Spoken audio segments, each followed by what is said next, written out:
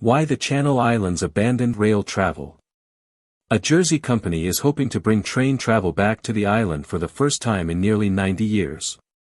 It would be the first time either of the two largest Channel Islands has had a passenger railway since the 1930s, so why did rail travel fall out of favor?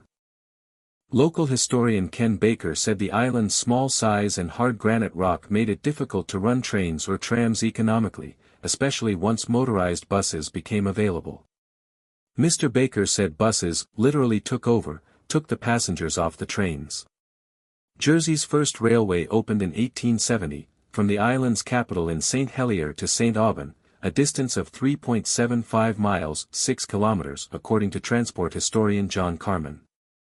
It offered hourly services, later increased to half-hourly, and its popularity was boosted by attractions at stations, such as concerts, acrobatic displays and fireworks.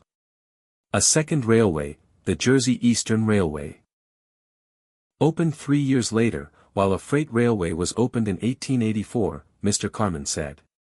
Despite promising passenger numbers, it carried 600,000 people in its first year. The Jersey Railway struggled financially and the company declared bankruptcy in 1874, passing through a series of owners after that. Over on Guernsey, after several failed attempts to open a railway, the island launched a steam tramway in 1879 between its capital St. Peter Port and the industrial area of St. Sampson, according to Mr. Carman. As in Jersey, the service was popular initially, carrying about 2,000 passengers a day along the 2.5-mile, 4 kilometers route. It was later electrified in the 1890s, one of the first in the British Isles to do so. Guernsey launched its first motor bus service in 1909, a few months before Jersey, at first as a feeder route to the tramway. However, by the early 1920s buses had started to become cheaper and more popular than trains or trams, denting profits. Buses were able to operate over a wider area, while expanding the rail networks was impractical and expensive because of the island's steep inclines and hard granite, Mr. Baker said.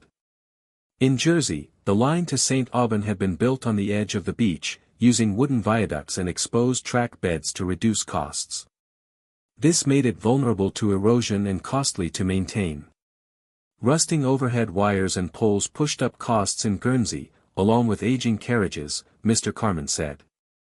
The Guernsey Railway Company also lost thousands on the ill-fated purchase of a cargo ship, the SS Ravensdale, which it mistakenly hoped would generate extra income.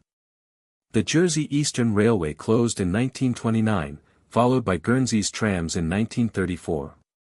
The original Jersey Railway survived until 1936, when a fire at the St. Aubin station destroyed 16 carriages and much of the station. The cost of replacing them was too high, so Jersey's first railway service was cancelled for the final time.